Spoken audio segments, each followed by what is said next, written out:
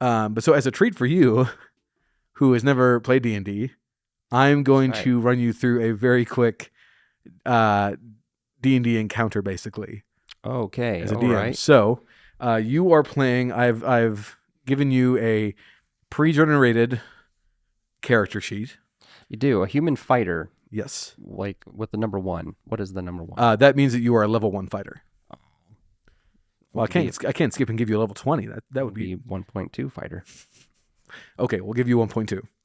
And you have named your character Nived. That's right, Neved. Ah, yes. What a clever anagram for your name. Not really anagram, but you know. Okay, so pardon me, sorry. So it says on your background sheet that you were a soldier. So you've traveled to foreign lands, you've led troops into danger, fought wars under the banners of different commanders, yet you craved something more out of life and resigned your commission.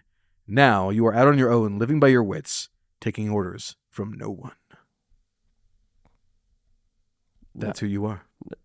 Sounds correct. That sounds like you in real life? Yeah, that's me in real life. Oh, yeah.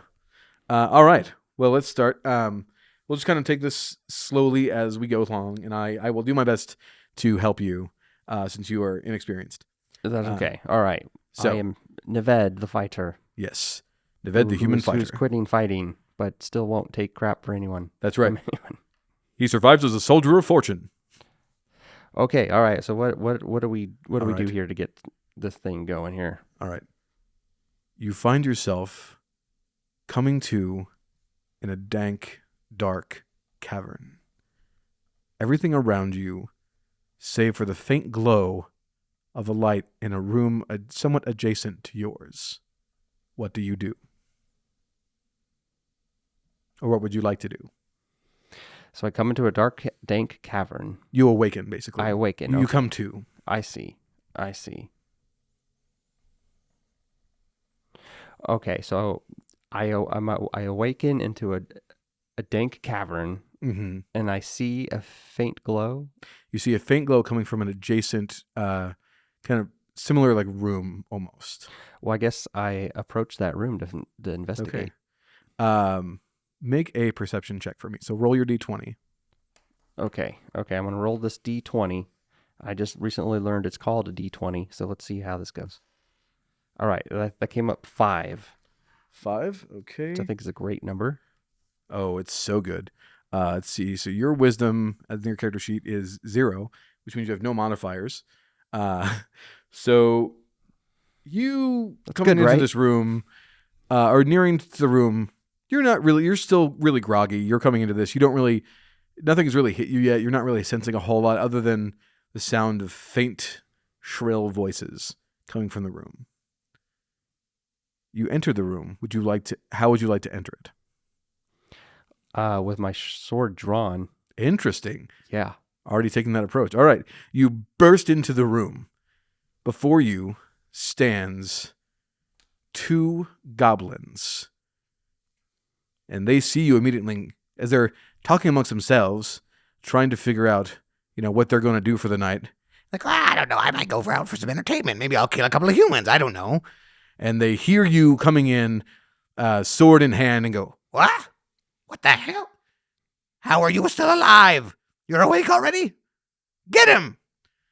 I need you to go ahead and make go ahead and roll your d20 again for me. So to roll for initiative. All right, that's a 20. You got a nat 20? Oh my gosh, that means you go first. So let me go ahead and pull out I have got the stats here. Yeah, I'm not groggy enough to go first, not to go first. That's right. All right. So, if I didn't move my mic. All right. So you have the first attack. Now you have a couple different weapons. You have your sword, which you already have out. You do have a shield, and I believe you have a pike and a javelin. So that means that you do have some ability for range combat. In this case, you are foregoing the range. So I assume you're going to try and attack one? Well, I think I was correct, first of all, to have sword drawn. I mean, if their options are go out for some entertainment or kill humans, that's quite the scale of choices they could make. Oh, yeah. Well, so Well, what I'm going to be doing is I'm going to lunge at them with my sword. Okay. Well, you can only attack one at a time. So go ahead and roll your d20 for me, and we'll see if you hit. 13. You got a 13. All right. Unlucky for them. And this is on your sword, which it's a +3 sword, I believe. Or no. Let's see. Movement attack, 5 foot. Okay, so if you hit. So you've a +5 to attack with your sword. And they have a armor class of 15. What did you roll? I rolled a 13. Okay, so you definitely hit. Go ahead and roll a 1d8 for me, which that next to it, other side, that one. Go ahead and roll that for me. Okay. D8. Green rolled. 5. All right, and that actually has a +3, so you've done 8 points of damage to that goblin. Of course I did, stupid goblin. Which actually, you did 8. I said you did 8 damage? Yes, did. You kill him immediately. He goes down without a fight and just... The other one becomes enraged because you just killed his mate. How dare you! We were discussing what we were going to do this evening, you human monster! I will destroy you! Sounds like an elderly goblin. That shouldn't be a problem. Wow, someone's a little cocky. All right, well, he lunges at you with his mace, and he attempts to hit you, and let's see if he does. There's my d20. That is a 9, and he has... I apologize, this may take me a moment. Was 1, let's see, since it's 6 on skills. Or I guess he's actually using a scimitar. My apologies. He's a +4 to attack. And what is your armor class from your sheet? Armor class is 18. Okay, so he's a 9 plus... My apologies. +4 is not enough to hit you. So in his rage, he blindly swings at you and misses and hits the ground instead. It is your move. My move would be to bludgeon him with my shield. Interesting. A bashing attack. All right. Go ahead and roll for me. The D20? Yes, please. I like to add insult to injury. 8. Ooh. And I'll say that your shield, we'll say it's a +2 for hitting, even though it's not really there. So that would give you a 10, which is not enough. So you attempt to hit him, but you forgot in your groggy state how heavy a shield is.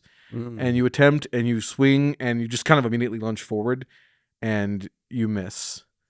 And you're kind of staggered. So you'll have to attempt to get back up. He is ready again, and he is going to attempt to attack you this time again with his scimitar. And he rolls, let's see, a 12 plus 4. That would be an 18 in your armor class. I'm 18 for armor class. Okay, so I believe if it ties, the defender wins. So he manages to lunge after you, but does it in a way that right as you're coming up with your shield, he hits the shield and does no damage. It is your turn again. Okay. Then I will just strike him with my sword. Okay. Quit playing around. All right, go ahead and roll for me. 16. No, 19. 19. That is definitely enough to hit him. Go ahead and roll a d8 for me. Yep. 6.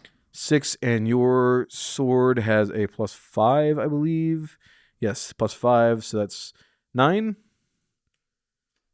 Let's see, 6. No, sorry. That's the hit. Never mind. You rolled a 6, you said? I rolled a 6, yep. Okay. And you don't have any bonus. Oh, it's +3. Okay, so yeah, you rolled a 9, basically, and you have slain this one. Would you like to describe how you have slain it? I thrust my sword forward, piercing him between his eyes, and having my sword go all the way through his skull out the back end. Ooh, Yeah. brutal. All right, you have won between these two measly goblins. The other one stuck to the end of your sword as you plunge it through its eyes. It immediately goes cross-eyed, looking at the sword as its mouth gapes open and blood spurts out all over you. You pull the sword back in a whipping motion, and the goblin flings off of it back against the wall, and kind of splats as it then slowly hits the ground. Would you like to loot the bodies, or would you like to do anything in this room? I'd like to just give out a big yawn and do a stretch. All right. Go ahead and roll for me with a stretch. Okay. Is that the D20? Yes. Okay. Go ahead and we'll make this a. Let's see. Oh no, it's a 4. Oh no. We'll make this a athletics check. Most DMs may not do this, but I'm going to because I want to torture you. So let's see. Athletics is strength, which you have a +3, so that means that gives you a 7. You stretch, and it's not like super effective, but it helps kind of take you out of your grogginess a little bit. Although you do notice a little bit of pain in your shoulder from that one night out a few weeks ago where you got really plastered and sang and dove off of a table in an attempt to crowd surf, and it failed spectacularly. Is this the time for a little flashback of that? If you would like to. Would you like to sing and describe yourself doing it? Yes, I am on the table and I'm singing some sailor's song that I picked up, but I don't remember the words very well because I am so drunk. But So you're kind of slurring. Just but I was trying to dance so I can impress a woman on the far side of the room. But then I saw somebody else that I recognized who owes me money from across the tavern, and that's when I dove off the table, but face planted right onto the floor and immediately passed out. for hours, Oh, yeah. as everyone else drank and danced around me. Sounds like a very fitting evening for Nevad, the human fighter. You come to that, and you remember that, and you think to yourself, man, I'm an idiot. But you know what? It was a good time. So maybe if I make it out of this, I'll do it again. So you start making your way. You notice in the back of this large cavern that there is a small little hallway. Would you like to go down the hallway? Yes, I'll go down this hallway. Okay. Go ahead and make a perception check for me. Okay. So roll your d20. All right. I'm going to roll this D20. An 11. All right. And what is your wisdom modifier? Wisdom modifier. Let's take a look. Oh, it looks like it. So it'd be the one in parentheses, which is a 0. So you're an 11? Yep. All right. We'll say that as you start going down this hallway, and there are torches kind of along it, so you can kind of vaguely see, but you hear some shifting above you, and you just manage to hear something detach itself from the ceiling as you kind of bolt forward in an attempt to get away from it. What has dropped down is, I have to find it here, what's called a piercer, which is a slug-like entity with 4 fangs on this kind of gaping mouth, Oh, no. 1 large eye, and some little teeny little claws that help cling to the ceiling. This is what it looks like. Oh, gosh. Yes. So you have narrowly avoided this thing latching onto you. How large is it compared to me? It is pretty big. It's a medium monstrosity. So we'll say it's probably half your body size. Okay. So it's pretty big. It cannot move very quickly at all. So what would you like to do? It's just kind of laying on the ground right now. Well, I just woke up, so I think I'd like to use the restroom, Okay. which I will make the hallway my restroom. Okay. You proceed to do this as this piercer attempts to like edge itself closer to you while you're doing this. But being a human and having legs, you are much faster than it and manage to get away and even insult it by relieving some of your own waste onto it. Nice. Would you like to continue down the hallway? Yes. All right. Go ahead and make another perception check for me. All right. Perception check happening. Ooh, 8. Ooh. That is not very good, and your it's- wisdom is 0. I think it's great. You go along, but you start to feel something crawling up your leg. Uh-oh. It's not that thing, is it? It is not a piercer, no. It is, in fact, a crawling claw, Uh-oh. which is basically a cut-off hand that is making its way up along your leg and trying to make its way up towards your throat. Go ahead and roll initiative for me. Okay. We'll see if you... Well, actually, I guess technically it did surprise you by already being attached to you. So it's going to attempt to attack you. We'll say it got a surprise attack. That is a 7. This would be like an unarmed strike. Let's see. Plus 3 would be a 10, and your armor class is higher than that. It attempts to go to attack you as like it's clawing its way up, and it can't make its way through your chainmail. So it's just kind of like rudely poking at you as it kind of like crawls up you. What would you like to do? I think I'd like to just deal with it. Okay. In what way? I'll just keep walking down that hallway. So you ignore it. Because it's my friend now. Big present. All right. As you continue to the hallway, it's still trying to climb up you. It's gonna let's say by the time you reach the end of the hallway, it has made its way to your shoulder, and it's going to attempt to choke you anyway. And it rolled a critical failure. It rolled a nat 1. So it attempts to lunge at your throat, and it just it can't seem to get over your collar, like this little hood you have that protects you, and it's just kind of hanging there, like just gripping it and attempting to like one finger at a time, like lunge up, but it keeps slipping down. So it's now you're just kind of wearing it like a tie. Great. Would you like to do anything else with it? I would like to tie the hand as a tie, the better secure it to me, because it's now part of my clothing. Okay. Go ahead and roll for me. D20? Yes, please. All right, a 20. You, there's no need for me to even look at the stats. You are incredibly successful with this. You managed to not only tie it into a tie with the fingers somehow, but you've made a double Windsor knot with the fingers. And it's just, it has accepted its fate as part of your clothing. As the bone just sits here and lays down this way as like the part of your tie. You are now known as Navid the hand wearer. So go ahead and you make your way further down this cavern, and you come to a really large room. And in this room, you see a large chest. Would you like to start making your way towards it? Yeah, I'd like to tighten my tie a little bit and then start walking towards that chest. You do so, and as you start walking towards the chest, you notice a shadowy figure emerges from the background and starts kind of forming itself and molding itself in a way that looks very similar to you. Oh. Is this a shadow Neved? It is, in fact, a shadow Navet. It is a doppelganger. Uh-oh. It looks exactly like you, but slightly darker. And in terms of like the depths of its soul, like you can just tell this is a dark being. What would you like to do? Oh man. I would like to ask it what it's doing here. It asks you back in a mocking tone. I want to tell it that that's not very nice. He looks at you and says, "Well, that's not very nice."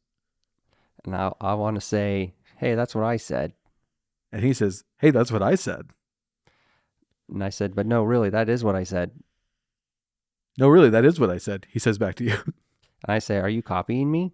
And he says, "Are you copying me?" And I say, are you copying me? And he says, "Are you copying me?" And I say, I'm stupid. And he says, "You're stupid." And I said, that's not what I said. And getting annoyed with this conversation, he begins to just slowly make his way towards you, drawing his own sword, and pulls it out and lunges after you, making the first attack. And he rolls a 3. And even with what he has, that is not going to be enough to hit you. So he attempts to do like a similar move to you, having kind of read your thoughts and reading you. and he lunges forward like you did with the last goblin, and misses entirely, like way past your head. What would you like to do? I would like to. I would like to confirm to him that he is, in fact, an idiot. By doing what? By I draw my sword and I slash at his butt. Go ahead and roll for me. 10. And let's see. You get a +5 with your attack, I believe, which would be 15, which is just enough, which is a little over enough to hit him. So you slash at his buttocks. In which fashion? Up or down? Or up and down or side to side? Well, can I change it from a slash to I thrust into his butt? You may. So you thrust with your sword, and you penetrate him from behind. He screams wildly, but in a way that's a little uncomfortable to you, because while it is painful, he weirdly enjoys it. Oh. It is now his turn, as he attempts to, after you have removed your sword, he's going to lunge forward, and he's going to attempt to whip around and attack you with his fists. He has rolled, let's see, a 6, an unnatural 20. So he was around in pain, and you find it very strange that you're looking into your own face, and you punch you, doing, let's see, 1d6 of damage. He does 6 points of damage to you, punching you straight in the face, enough to even break your nose. Oh, that's not nice. It is not nice. So you take 6 points of damage for that. Go ahead and write that down. Okay. Just to make sure. Which is about half your health. He's not happy. It is now your turn. I should mention, I will allow, you do have a few bottles of healing potions on you. You do also have a bonus action, which you can do once during this, which would allow you to also heal. What would you like to do?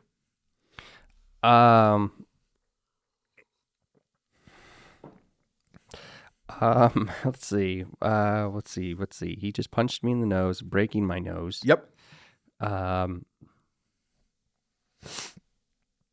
That's going to be very painful. Let's see. What could I do? Well, you've still got your weapons. That's right. I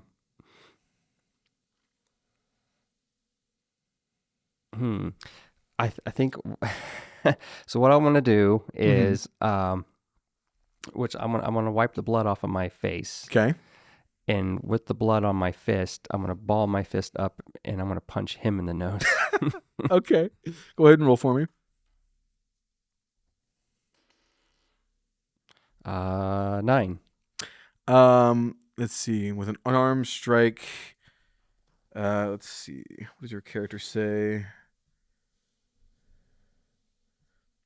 We'll just say that you have a +2 with your fist, which would only be 11, which is not enough to hit him. So in your pain, and you're fully awake now, definitely, now that he's punched you in your face, but you're like holding it with your other hand going, "Ah! My nose, you jerk!" And you attempt to hit him with your fist, and like you do hit him in the face, but not with enough force. Like you just kind of like, just like barely hit his face, and he just kind of looks at you and starts laughing. Pathetic. And he attempts to grab you by the throat. And he fails. He attempts to grab you, and his depth perception is still weirdly off. So he tries, and he just like slightly misses your throat and grabs here. And he thinks he's grabbed your throat, but he hasn't. He's missed, and it's like an illusion to him. What would you like to do? I'd like to swing my sword. Okay. in his direction. All right. Go ahead and roll a d20 for me. Oh crap! It's a 3. You attempt to swing, and you're both just doing piss poor at this fight. Neither of you, like, he's hit you once, and somehow you just can't seem to hit him, and he just starts laughing harder at you, to the point where he has to sit down because he's laughing so hard, and that will be his turn. He will sit down to laugh at you. Okay. Your turn. Okay. So now what I want to do is I'm going to throw my Windsor tie hand at him. Okay. To, Go ahead and to roll. attack him. All right. And hopefully have it land on his face All right. to gouge his eyes out. I approve. Shoot, I think that's an 8. It's an 8. It's an 8. I'll give you a go ahead and make an athletics check for me as well. A what check? Athletics. So roll your d20. It'd be a dex thing. I see dex of 9, maybe? It'd be what's in parentheses. -1? So you have -1 in dexterity. But also you tried to throw it. Go ahead and roll for me for a throw. Okay, I'm going to roll for a throw. 18. Okay. So even with that -1, you managed to throw it, and we'll go ahead and take your previous roll for the actual attack. Or actually, you know what? We'll go ahead and I'll just have you roll again for the actual attack. So it does latch onto its face, almost like a face hugger from the Alien series. 19. And it uses 2 of its fingers after it's like coming out of its knot stage, and it like stretches. And then it uses its long nails and it goes into the eyes, and this thing just begins shrieking to the point where it can't see. It's furiously swinging around in this cavern, and it is running around blindly and happens to like run around in such a fury that it bangs itself into one of the walls and knocks itself out. Your hand tie slowly pulls its fingers out of the eyes and starts crawling back to you. Its way back up to your chest, and just kind of, it can't tie itself into that position, but it'll just rest there happily, just along with you. Congratulations, you have beaten the doppelganger. The chest lies before you. Well, I'm going to fist bump my hand tie. Nice. And I'm going to go open up that chest. All right. You open the chest. Inside is a bit of armor, a dark green tunic with a weirdly floppy hat, and as well as a new shield, which has the crest of a bird and 3 triangles above it. Oh. As soon as you pick that up, you take a step forward, and you accidentally step onto a hidden piece in the ground that interacts and opens up a door into another corridor. What would you like to do? I'd like to just go on in that corridor. All right. You go into the corridor, and inside is a sword in a pedestal. You approach it, and you begin to pull it out. And as soon as you do, you can feel the intense magic from the sword. And inlaid in the blade says that it is the sword that will seal away the darkness. You begin to pull it, and then you feel yourself losing consciousness. Uh-oh. And that is where we will end. Nice. I did attempt to make it slightly Zelda-themed for you. That sounds like it. I feel bad now for relieving myself on those poor things. It's okay. Link would totally do that. But I do enjoy my new tie. Excellent. That was So, being your first taste of D&D, not necessarily typical, but how did you enjoy it? That's fun. I'm gonna always probably want to make things a little goofy. Oh yeah, and that's part of the fun of it. So, but I was glad I was able to then make my hand a tie and then have him be my buddy too. So That was great. I could not have anticipated that you would do that. And that is, like I said before, that is one of the things that I find super fun about D&D is like, as a DM, like you can never predict things. Like that genuinely made me laugh. You making the hand a tie. yeah, The fact that you rolled a natural 20 on that is incredible. yep. Having experienced this, would you think you would ever actually play with a group of people? Maybe at least give it a try. So yeah, Nice. because I will try to divert the game into some goofy realms that they probably wouldn't have wanted to otherwise.